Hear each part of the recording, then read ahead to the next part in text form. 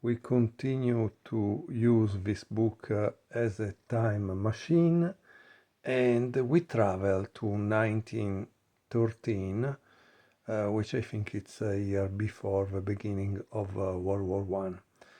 The game I want to show you, it's Alekhine in Paris. So there is this beautiful game, De Rosinski against Alekhine, Paris 1913. Alekhine wins the Scheveningen tournament, dropping just half a point ahead of Janowski.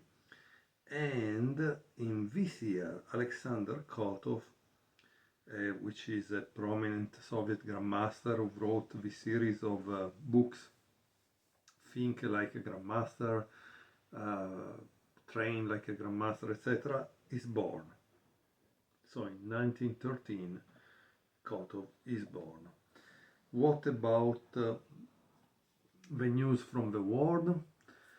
Well, it seems that, for example, the Ford Model T are rolling off assembly lines in Detroit, and in this year, 1913, the Panama Canal is open. Okay, so De Rosinski is white, Alekhine is black. E4, E5, knight F3, knight C6, bishop C4, D6, C3. So this is, I think it's an Italian game. And bishop G4. Bishop G4 is considered dubious, but the author doesn't explain why. Queen B3. So maybe that's why it's dubious, because he pinned a knight that is unpinnable in reality. Now he's losing or this or this. Yeah, so I guess here it says the start of an ambitious plan to refute black's risky opening. Okay, but black doesn't care, and he plays queen d7, plus black is Alekhine. Now, the move played by white is knight g5, but I think it's kind of interesting to follow the analysis. Bishop takes f7, it's a mistake. Why? Because of queen takes f7, queen takes b7, and here there is a beautiful move, which is king d7. Of course, it takes, but then also black takes here.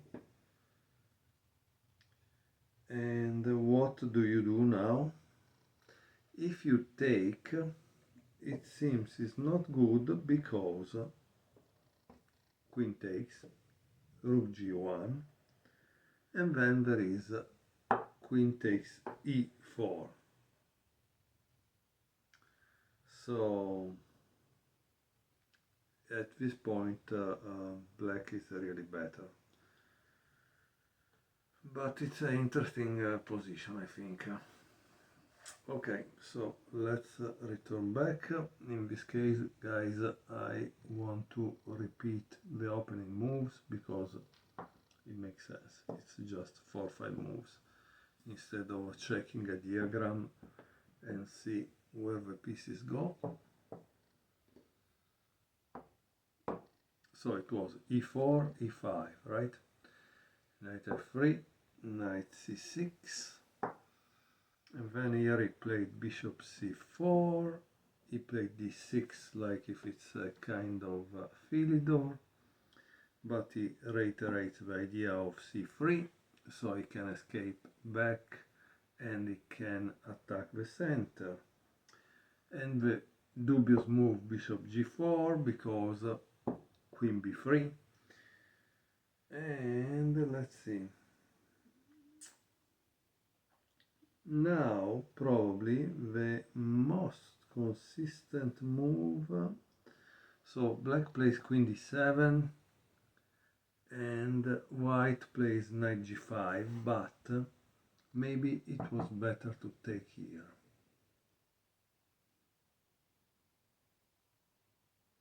Because it's not clear also if after queen takes b7, rook b8, queen a6, it's not clear if black has any kind of compensation. So that's what they say in the book, but in the real game, white played knight g5. And here, guys, if you were Alekhine, what would you play? He played knight h6, which is dubious, because the point is to defend this. And it seems that this was quite better, knight d8. But I think it's difficult to find this move because, especially in the opening, we don't want to go back, right? And this is kind of feel natural, but is not a very good move. So here white blunders. What should have played? He should have played queen takes b7, rook b8, queen a6, rook b6, queen a4. And black compensation is not convincing at all. Instead, white played this move. And this is a blunder. Why it's a blunder?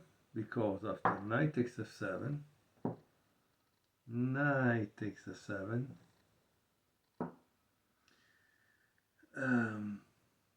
here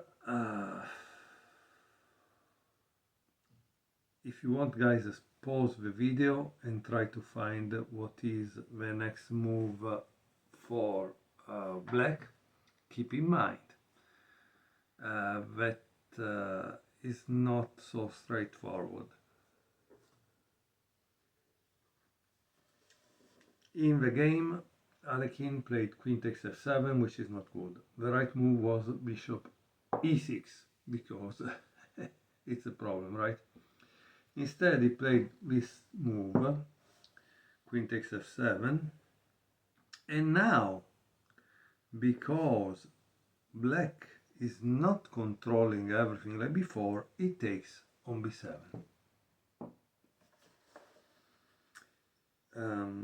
Here it says white has won 2 pawns, but has neglected his development and king safety. Alekhine finds a wonderful way to exploit this. And this, guys, honestly is the typical game that you will see a grandmaster play against an opponent that leaves the king in the center for a move more than needed. Now, it's possible that when I see the games of today, it makes more sense because the opposition is stronger compared maybe to 1913. Yet, it's a typical trait of every grandmaster player that they are able to exploit this central mistake. So black plays king d7, queen takes a8, and now there is a queen c4, obviously threatening checkmate. He cannot castle because the castle is a king move, and the rule says that none of the square where the king must pass can be controlled by the opponent. In this case, f1 is control. So what does it do? Black, because as you can see, because the light square bishop was exchanged, now white has a weakness on the light squares. So he played f3 to try to block that bishop. So if you were, guys, Alekhine, what would you play in this position? The move that Alekhine played was amazing because it was bishop takes f3, threatening once more queen e2 checkmate. But obviously white doesn't let that happen, and yet he cannot avoid it. Why? Because there is knight d4. Boom! Here threatening obviously checkmate. And what does white do? He plays d3, which is a very interesting move because once you take, obviously white can take it back, right? So it depends what you take and when. So let's see, d3 is a mistake. But also c takes d4 didn't make much sense because there was queen takes e1 and king e2 and queen takes h1. I don't know. Let's see what happens after d3.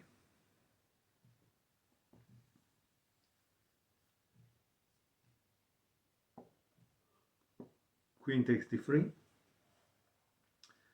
C takes d4. Notice that practically, I think I saw already this move, this game. Yeah, I already saw it. Yeah, and I think you guys saw it too, probably in some tactic training. Because watch, this is the thing. Now he plays bishop e7, and guess what? Bishop takes h8, and queen takes h8 and bishop h4, checkmate. So this was everything that happened in 1913. Notice the book has many fragments because they don't always show the complete game, and so that's why I'm trying to find some complete games to show you. Yet the games and the selection is kind of very interesting and enlightening on what they were playing in that time. Thank you very much for watching. See you next time.